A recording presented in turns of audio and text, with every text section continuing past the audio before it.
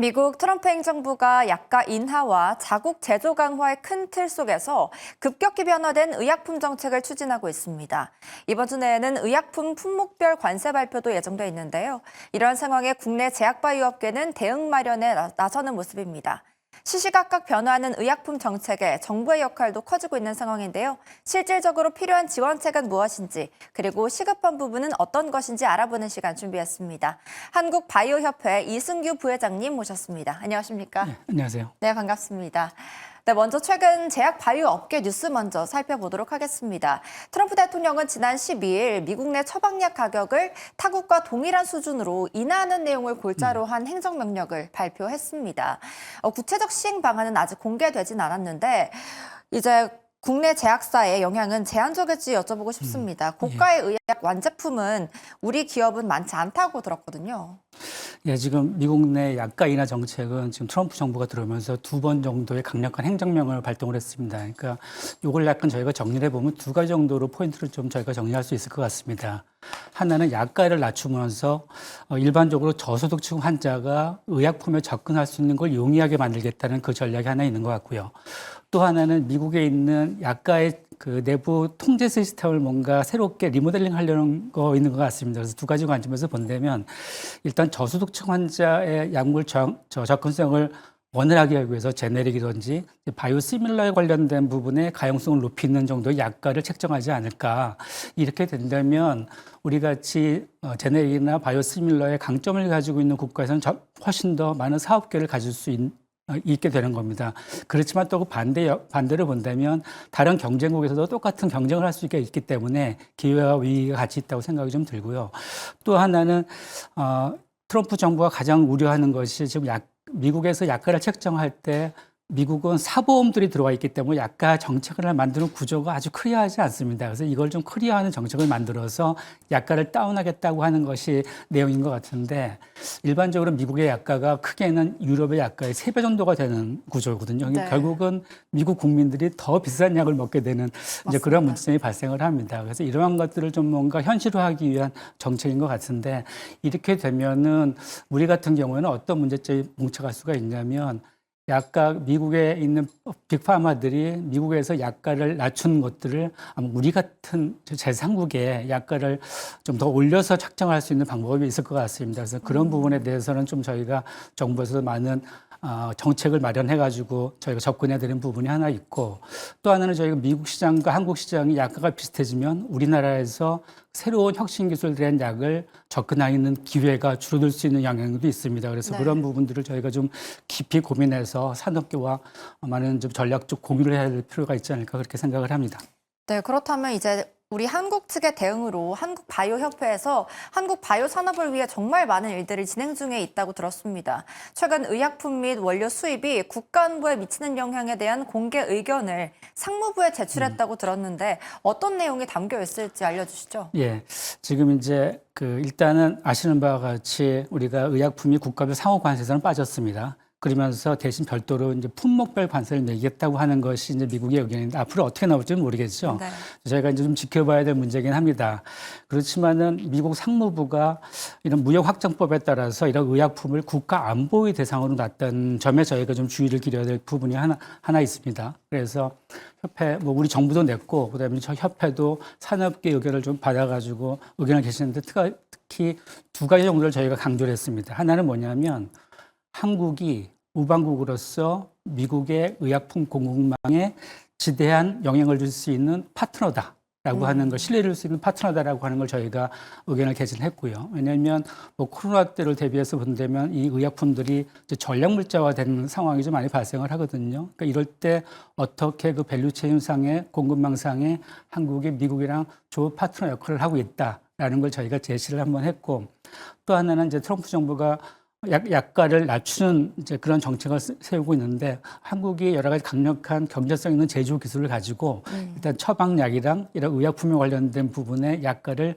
저렴하게 공급할 수 있다. 그렇기 때문에 한국은 미국과 같이 동반할 수 있는 파트너의 국가라고 하는 것을 저희가 표현을 했습니다. 그래서 여기에서 저희가 이러한 것들이 좀 진행이 되면서 미국이 앞으로 관세라든지 여러 가지 무역 활동을 할 때 한국이 무역 제한을 받거나 관세에서 불이익을 받지 않는 않게 해달라고 하는 요청 사항들을 저희가 업계를 대표해서 제안을 했습니다.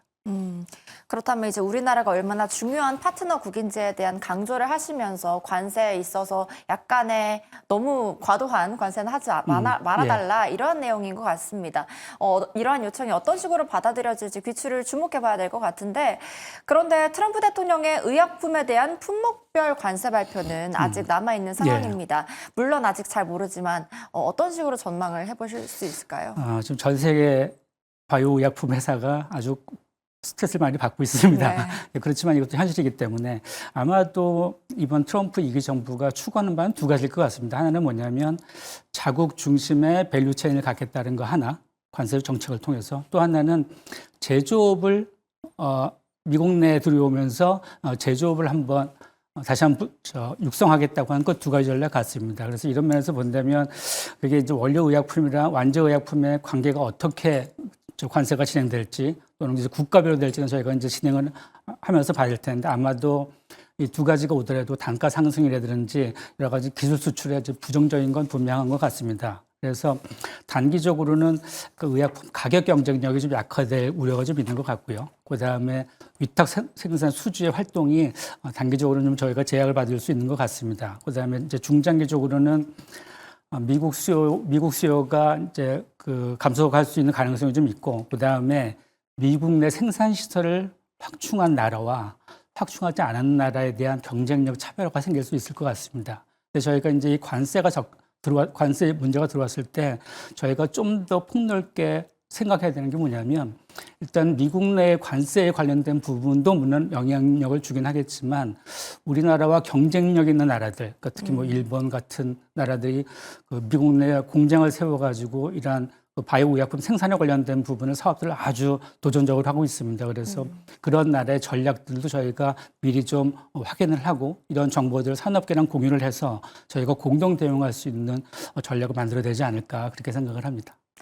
네, 그렇다면 기업보다도 어떻게 보면 정부의 역할이 아주 클 것 같은데 하지만 대선 전국이 마무리되더라도 대응에는 조금 시간이 필요할 것 같습니다. 가장 시급한 부분은 어떤 부분이라고 생각하시나요? 예, 이 지금 미국 정부의 약간의 관세 정책에서 저희가 기업들이 할 수 있는 기업 차원에서 할 수 있는 일이 그렇게 많지는 않습니다. 결국은 이제 정부가 어떤 외교 통상적인 방법을 통해서 정부가 협상을 통해서 우리나라에 최대한 유리하게 아니면 서로 상호적으로 서로가 이익을 볼 수 있는 협상을 해야 됩니다. 그래서 정부의 적극적인 협상 능력이 좀 필요한 상황이고요. 특히 이제 우리나라 의약품이 미국 안보에 주는 영향이 아주 크지 않고 그다음에 오히려 미국의 약가를 낮추는 데 대한 어떤 경제성이라든지 그다음에 공급망 차원에서의 우리나라 한국에 큰 도움이 된다든지 여러 가지 한국이 줄 수 있는 매력점들이 있습니다. 그래서 매력점들을 저희가 이제 미국 정부랑 협상할 때 크게 작용을 해야 될 것 같고 또 하나는 우리가 이제 바이오시밀러든지 CDMO 같은 경우는 글로벌 경쟁력을 가지고 있거든요. 그러니까 글로벌 경쟁력이 있는 걸 바탕으로 해서 좀 자신감 있게 너무 단기적인 정책으로 협상하는 게 아니고 좀 중장기적으로 우리나라도 로드맵을 세우고 그걸 바탕으로 해서 미국과 협상을 통해 가지고 이 이제 혼란한 난국을 좀 저희가 정확하게 돌파를 해서 바이오 제약 산업이 차기 글로벌 리더가 될 수 있는 그런 초석을 다졌으면 하는 게 저희 산업계의 바람입니다. 네. 그렇다면 우리나라와 미국과의 관계에 있어서 이러한 제도나 이런 개선들은 아주 중요하겠지만 일단 우리나라에 있는 아까 말씀하셨던 경쟁력 국가들이 공장을 차린다는 점에 있어서 이 국내적인 정책에서는 어떤 점이 좀 개선이 돼야 될까요? 예, 또 이제 뭐 어느 정부단 어느 정권이 들었더라도 AI랑 양자 기술이랑 바이오 산업이 한국의 미래를 이끌고 가는 축이라고 하는 건 어느 누구도 부인하는 건 아닙니다. 그래서 이제 결국은 이게 이 바이오 산업의 글로벌 경쟁력을 갖기 위해서는 정부의 중장기적인 로드맵이 분명히 필요한 시기입니다. 그래서 저희는 이런 단편적인 정책이 아니고 좀 바이오 산업 전 주기를 아울 수 있는 좀 통합적이고 지속 가능한 생태계를 구축하는 게 전 첫 번째인 것 같은데 이걸 하기 위해서는 아마도 제일 중요한 것이 정부가 바이오 산업 전체의 로드맵을 그릴 수 있는 좀 거버넌스가 필요하다고 봅니다. 그래서 바이오 산업이라고 하는 게 여러 분야가 있기 때문에 그 여러 분야에 있는 여러 가지 규제라든지 전략들을 한꺼번에 세워서 저희가 좀 통합적으로 운영해야 되는 부분이 하나 있고, 그다음에 여기에 따라서 지금 기술들이 아주 혁신적으로 빨리 변하고 있습니다. 결국은 이런 혁신 기술들이 시장에 나오기 위해서는 규제에 관련된 좀 현실화가 좀 필요합니다. 그러니까 혁신 기술들을 저희가 인허가할 때 기존의 규제가 그걸 막는다면 좀 문제가 있기 때문에 그런 부분에 규제 현실화가 좀 필요하고, 그다음에 투자 활성화에 관련된 부분에 좀 다각도가 좀 필요하다고 봅니다. 그래서 결국은 이런 바이오 산업이라고 하는 게 생태계에서 벤처들이 육성할 수 있는 부분이 좀 많거든요. 그래서 선순환적으로 이런 투자랑 그다음에 생태계가 이어갈 수 있는 그런 전략적인 지원들이 강력하게 필요한 시점이라고 볼 수가 있겠습니다.